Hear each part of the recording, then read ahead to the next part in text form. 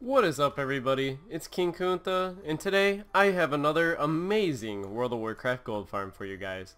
And this isn't going to be the normal gold farm that I'm showing you guys where we're running around, picking up nodes, killing mobs, you know, all that good stuff. Today, I'm going to be explaining to you guys why fishing can actually turn out to be one of, if not the most profitable profession that we've seen so far.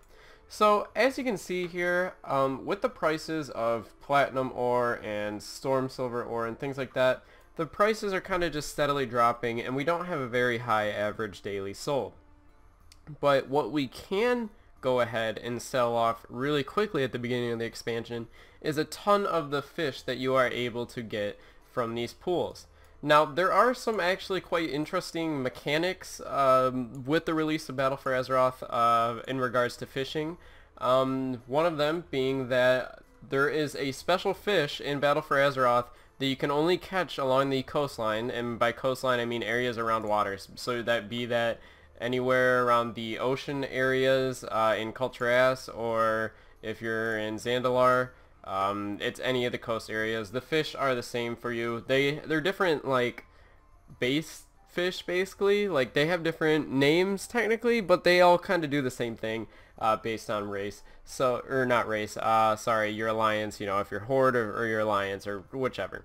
The easiest way that I found to just pick up tons upon tons of these is if you're Horde or alliance, I go to the coast, mainly because the coast has fish that are going to be used in the feast more. So what I'm saying by that is, so there's only a certain amount of fish that you catch inland, and they have different, like, random weird names. But when the feast comes out and people start needing to have to make feast, they only need like 3 or 4 of the fish that come from in the coastlands. But on the outside, like, you know, around all the other areas right here, they actually need around 10 or 15 of them for each feast. So I can definitely see the prices on these going up as well. In addition to people needing them for feast, the nighttime fish that you are only able to get at night, you have to be fishing between 8:30 p.m. and 6:30 a.m. server time. So obviously I'm missing it, but it's actually called a midnight fish. And it enters your backpack basically, and what it does is when you click on it, it has an ability to teleport you to the next fishing pool. As good as it is, they sell for about 500 gold a piece on the auction house. So honestly, I would not use those fish whatsoever for using them for their ability, because personally the pools in this area are just, I gotta say, guys, like, the benefits that you get from fishing a pool are not nearly as good as they used to be. And with Blizzard kind of removing fish that, you know, gave us around a 20% chance, you know, giving us a rare fish, they completely took that out now. So there is no super rare fish that you guys are going to be able to fish up. It is literally just everything on the coastline are the main fish that you're going to want to be farming for this gold guide. And as you can see, tons of frenzied fang tooths come out of here, and they're selling for about 80 gold a piece on my server, but you do need like 15 of these for the recipe, and then you also need a bunch of lane snappers as well. Now, some of these fish double up, basically increasing their value, because some of the fish are used for recipes, for feasts, for raids and stuff like that. So as soon as the raid tiers come out, they're going to be extremely expensive.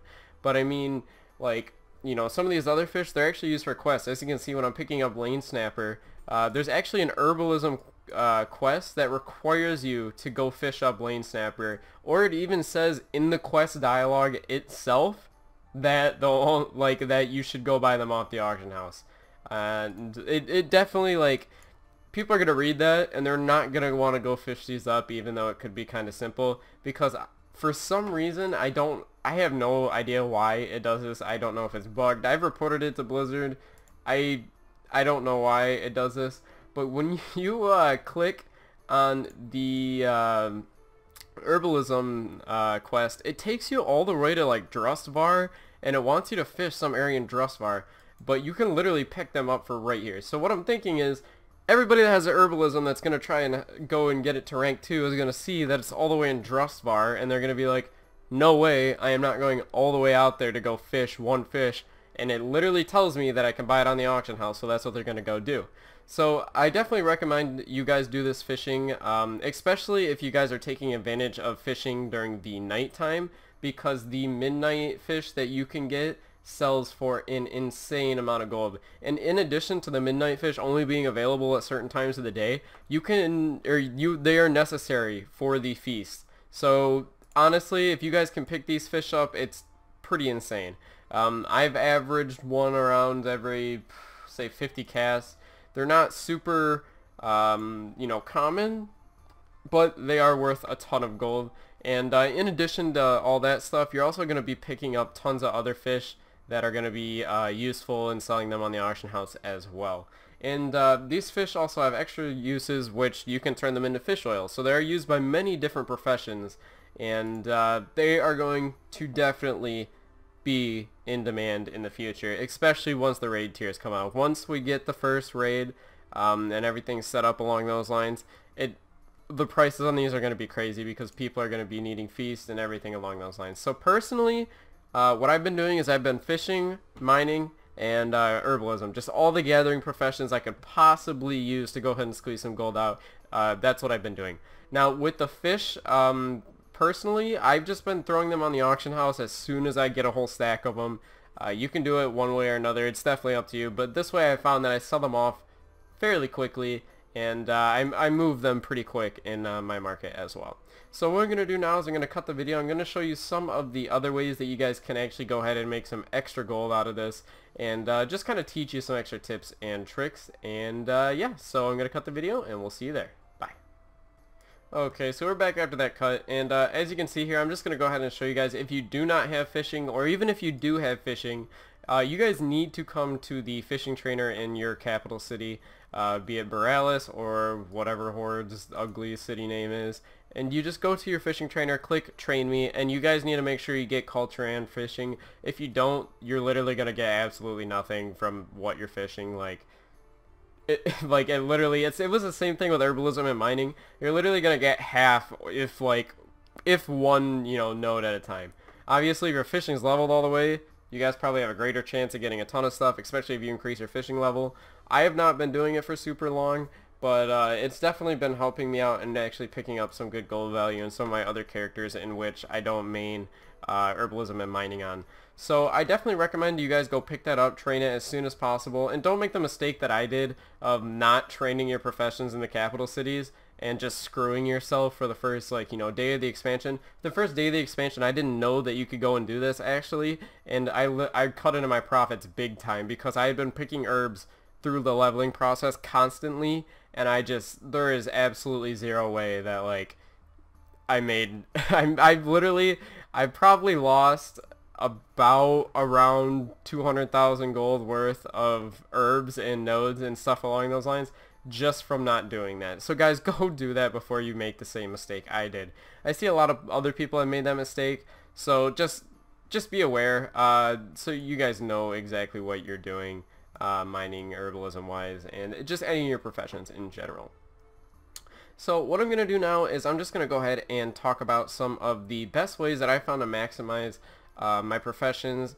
Darkmoon Firewater has been my go-to. For fishing, you really don't need to do a whole lot other than just keep doing it. I know fishing can get boring, and there is no one spot that is better than the other right now in Battle for Azeroth, because honestly all the same fish drop, so there's no really point for you to go anywhere else, and all the major important fish all drop on the coastline. So if you're farming inland in like a lake or a pond or something along those lines, you're going to get different fish, but they might be a little bit higher in value, but they're not going to have the same exact demand as these fish are going to have. So definitely be on the lookout for that. If you're against doing herbalism or mining, you just want to stay in a spot and just fish all day, I recommend doing it on the coast, finding a nice spot on the coast, something that looks good to your eyes or something, and just sitting there all day and fishing some of these up. I just been putting them on the auction house right away while the prices are still kind of high. I expect as soon as some of the raids start coming out, the prices are just going to start escalating quickly. And yeah, so that's really all I had for this video, guys. And now I'm just going to talk about my channel and what's going on with all that stuff. And yeah, so if you're interested in that, stay tuned. If you're not, well, I guess we'll see you in the next video. So basically, I just want to talk about I have been trying my best to do 2 uploads a day, I believe now. Yeah, I'm trying to get 2 uploads a day to you guys about some of the most, profitable ways you guys can make gold farms and make gold, do all this good stuff. And yeah, so I've been staying up real late at night. I definitely hope you guys appreciate this. I've been putting in tons of work and finding these spots, testing them out, and then bringing them into the light for you guys. So I hope you guys enjoy it. And I also want to thank you guys for all, the support that I've gotten recently.